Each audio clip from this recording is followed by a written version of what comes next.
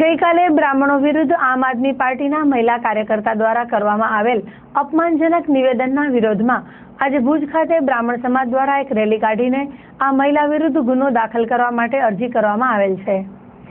ગઈકાલે social media પર viral થયેલા નિવેદન બાદ સમગ્ર ગુજરાતનો બ્રહ્મ સમાજ રોષે ભરાયો હતો અને આજે બપોરે ભુજના બી ડિવિઝન ખાતે એક રેલી સ્વરૂપે બ્રહ્મ સમાજના આગેવાનોએ આવેદનપત્ર પાઠવીને રજૂઆત કરી હતી। ખાસ કરીને બ્રહ્મ સમાજની વિરુદ્ધ કરવામાં આવેલા ઉચ્ચારણો સામે તેમણે આ મહિલા કાર્યકર્તા વિરુદ્ધ ગુનો દાખલ કરવા માટે અનુરોધ કર્યો હતો। નામ છે ચેતન ઠાકર અને ભુજ તાલુકા કર્મકાંડ બ્રાહ્મણ મંડળ અને ભુજ તાલુકા ગિરનાર બ્રાહ્મણ મંડળ એનો પ્રમુખ છું। કાલે એક સંગીતાબેન કે જેને બ્રાહ્મણ વિશે અભદ્ર ટિપ્પણી કરી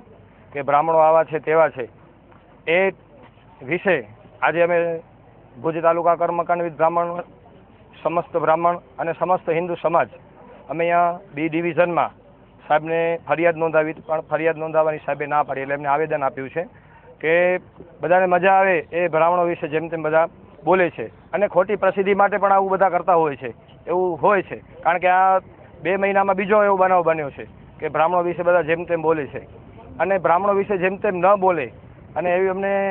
સાહેબને અમે વિનંતી કરી કે ભાઈ આવું બધું કેમ થાય છે, આવું ન થવું જોઈએ। અને હવે અમે બધાને એક ચેતવણી આપીએ છીએ કે આ બધું બ્રાહ્મણો સાંખી લે છે એ બરાબર છે, પણ હવે બ્રાહ્મણો સાંખશે નહીં અને આવું આજ પછી હવે થશે તો એના જલદ પગલાં લેવામાં આવશે અને જે કંઈ પણ થશે તો એની જવાબદારી જે કરવાવાળા વ્યક્તિ હશે એની રહેશે અને એ પાર્ટીના વ્યક્તિની રહેશે।